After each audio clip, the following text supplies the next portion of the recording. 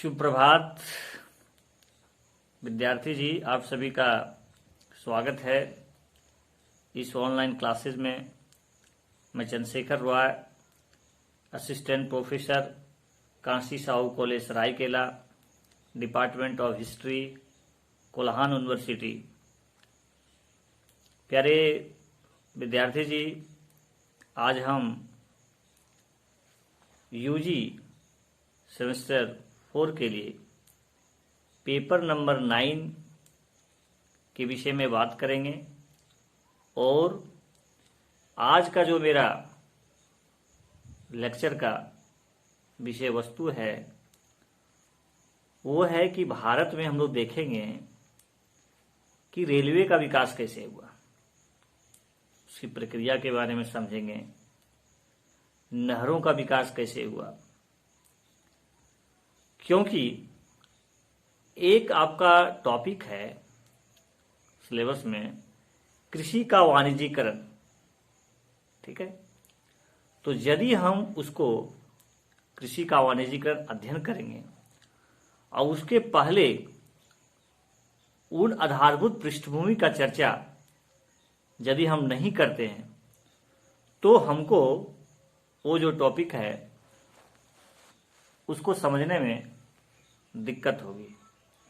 इसलिए मुझे लगा कि आपको कृषि का वाणिज्यीकरण बताने के पहले हम आपको रेलवे का विकास बताएं, नहरों का किस प्रकार यहाँ पर निर्माण किया गया उनके विषय में बताएं, ताकि जब हम आपको कृषि का वाणिज्यीकरण आपको हम बताएंगे तो उसमें आपको कोई दिक्कत ना हो। और सबसे महत्वपूर्ण ये है कि रेलवे का विकास एक टॉपिक भी है और परीक्षा में भी, खासकर यूजीसी नेट या सिविल सेवा परीक्षा में भी इससे प्रश्न काफी संख्या में पूछे जाते हैं। इसलिए आपको इन टॉपिक पर विशेष ध्यान देने की आवश्यकता है, समझने की आवश्यकता है। जब भी आप कोई भी टॉपिक को सुनते हैं तो कॉपी पेन साथ में रखिए और आप उसको जो भी आपको महत्वपूर्ण लग रहे हैं उसको नोट करते जाइए, ताकि आपका रिवीजन होता रहे। क्योंकि पढ़ाई में रिवीजन का बहुत बड़ा इंपॉर्टेंस है, यानी revision is very very important for study. If you want to remember in long time, it is required to you have to concentrate the topic. तो हम लोग फर्स्ट ऑफ ऑल रेलवे के विकास के विषय में हम लोग देखेंगे, उसको पढ़ेंगे और उसको आप समझेंगे। तो देखिए, आधुनिक आर्थिक अवसंरचना, ठीक है, आधारभूत संरचना जो होता है के विकास में रेलवे को ब्रिटिश शासन का एक प्रमुख योगदान माना जाता है। ब्रिटिश लोग यहां से चले गए, हम लोग उनको यहां से बाहर कर दिए, लेकिन उनकी कई चीजें जो है वो उन्हीं का दिया हुआ चीजें, और आज हमारे लिए एक बहुत महत्वपूर्ण उपहार साबित हो रहा है। आप देखिए, अभी कोरोना वायरस में रेलवे का आवागमन जो है वो बंद है, लोकल ट्रेनें नहीं चल रहे हैं। कितनी समस्या लोगों को हो रही है, उनको ज़्यादा इन्वेस्टमेंट करना पड़ रहा है, टेम्पू से ऑटो से चल रहे हैं।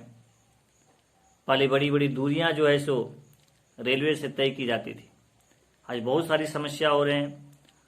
और सेवा क्षेत्र में, यानी सर्विस सेक्टर को यदि आप देखिएगा तो सबसे ज्यादा जिसको सरकार को फायदा होता है वो है रेलवे। यानी रेलवे का योगदान सेवा क्षेत्र में हमारी अर्थव्यवस्था के लिए बहुत महत्वपूर्ण योगदान है।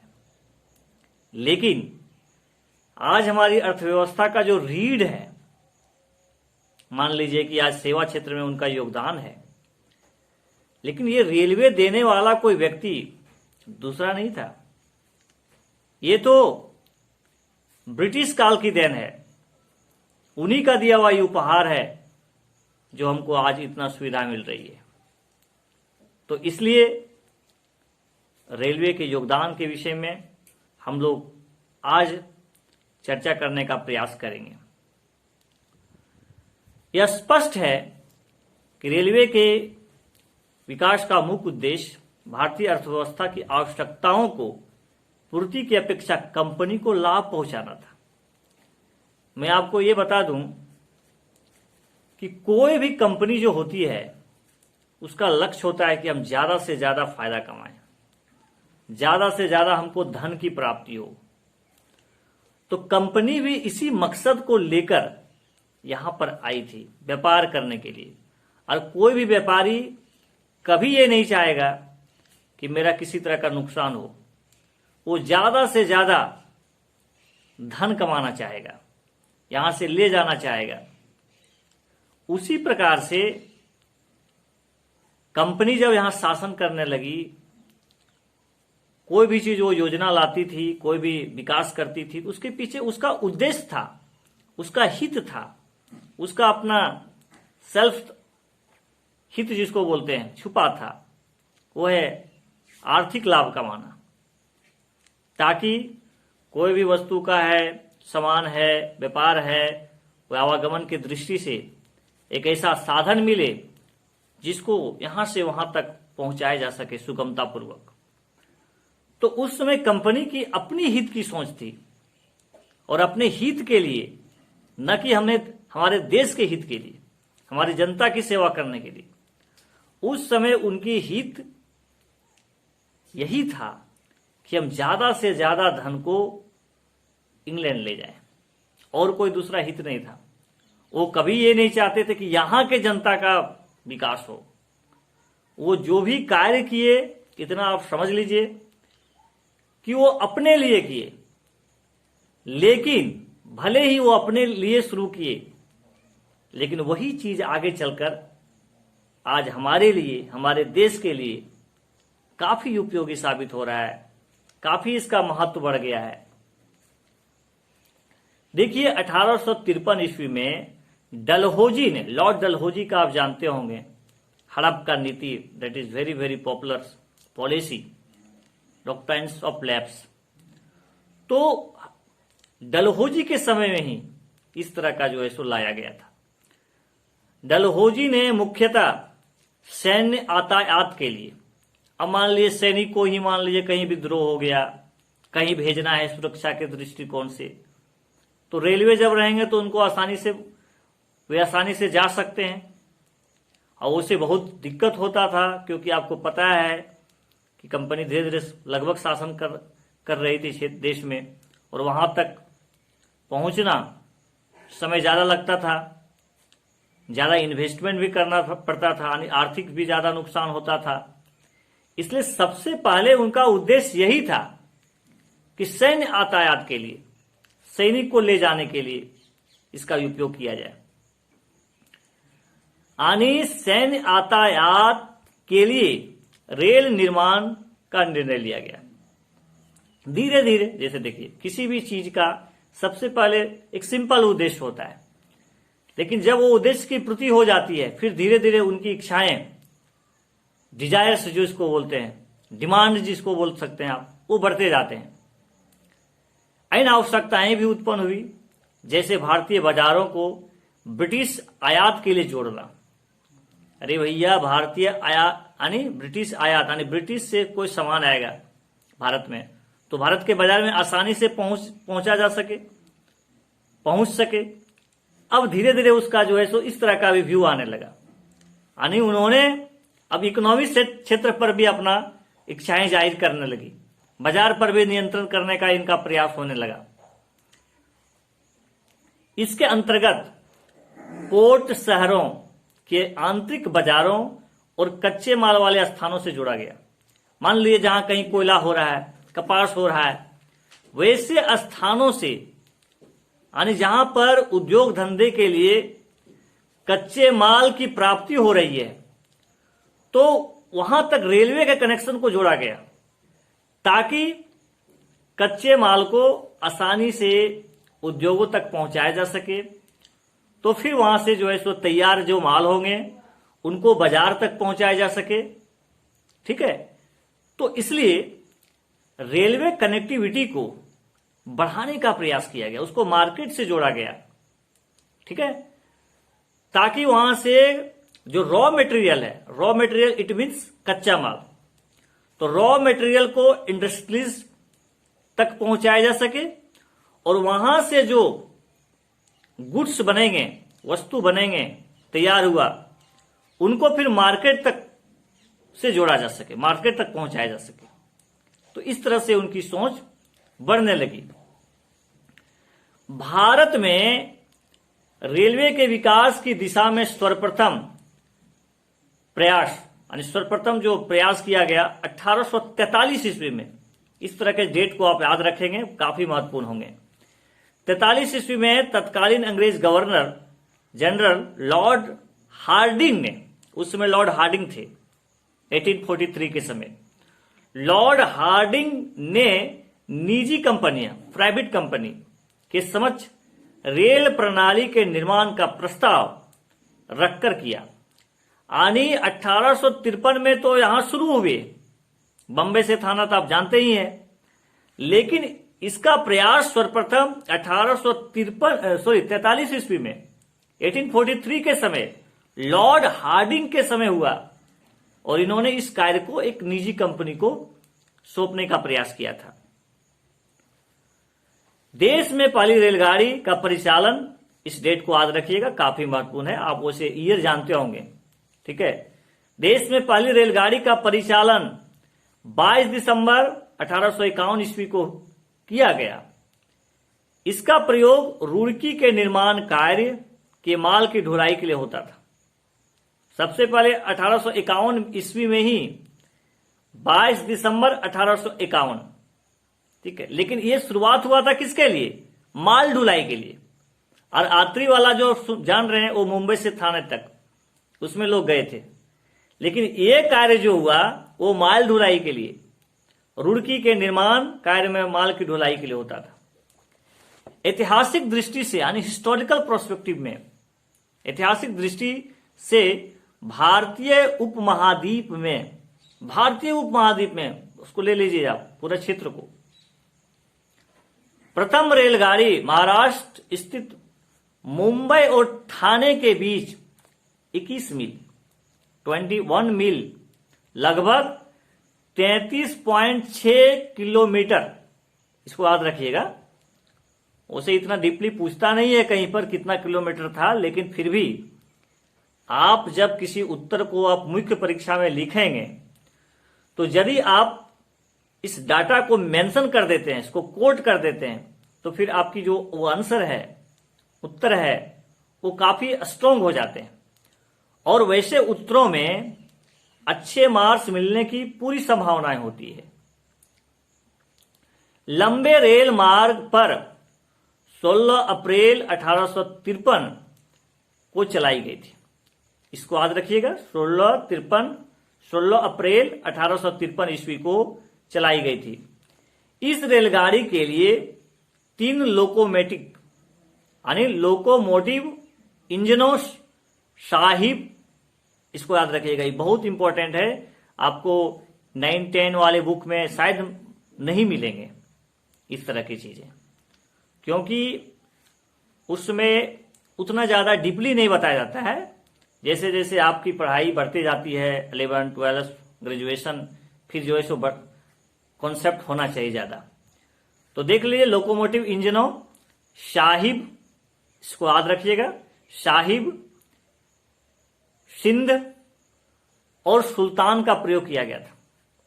यानी पूछा जा सकता है डीपली के रूप में, चाहे आप लिखिएगा, जब रेलवे का विकास आपको लिखना रहे, समझाना रहे, तो आप इस निश्चित 3 बिंदुओं को बताइएगा कि कौन कौन लोकोमोटिव इंजन का प्रयोग किया गया था, उसका नाम जैसे क्या क्या है।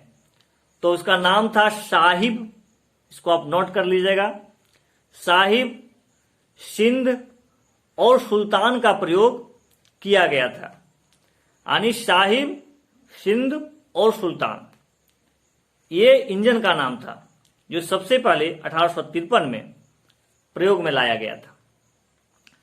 अब थोड़ा सा हम लोग चर्चा करते हैं कि भारत में रेलवे के विकास के मुख्य प्रेरक तत्व कौन थे, यानी प्रेरक तत्व किसको बोलते हैं? वैसे तत्व जिसके वजह से ये लक्ष्य को कार्य करने के लिए, यानी पूरा करने के लिए उत्साहित किया। जैसे मान लीजिए आपको ये पता चल जाए कि हमको इस परीक्षा को निकाल लेने के बाद ये चीज मिल जाएगा, तो एक प्रेरक तत्व है, वो आपके लिए एक प्रेरक तत्व है। लालसा इस प्रेरक तत्व है, वो आपको मोटिवेट कर रहा है। मान लीजिए कि किसी को पता चल जाए कि ये नहीं करेंगे तो हमसे ये छूट जाएगा, तो आखिर वो प्राप्त करने के लिए कुछ करेगा कि नहीं? तो वो जो बिंदु है जिसको वो पाना चाहता है, उसके वजह से उसने मेहनत किया, संघर्ष किया, स्ट्रगल किया, और उस चीज को प्राप्त करने का ललक उसमें आई, वो प्रेरक तत्व है। यानी उसको इंस्पायर कर रहा है कि भाई ये काम करोगे तो मुझे ये मिल जाएगा।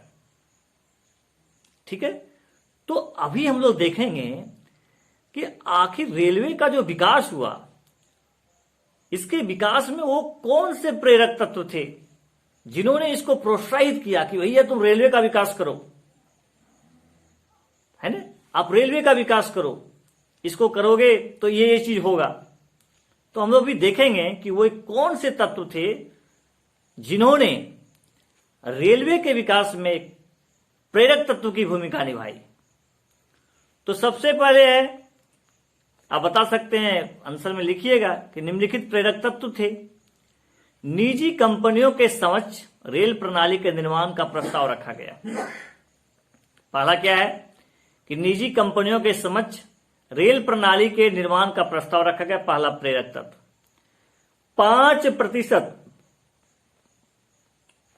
5% निश्चित गारंटी के साथ ब्रिटिश पूंजी के निवेश को प्रोत्साहित किया गया था, और इसके लिए आवश्यकता पड़ने पर भारतीय राजस्व से भी पैसा दिया जा सकता था।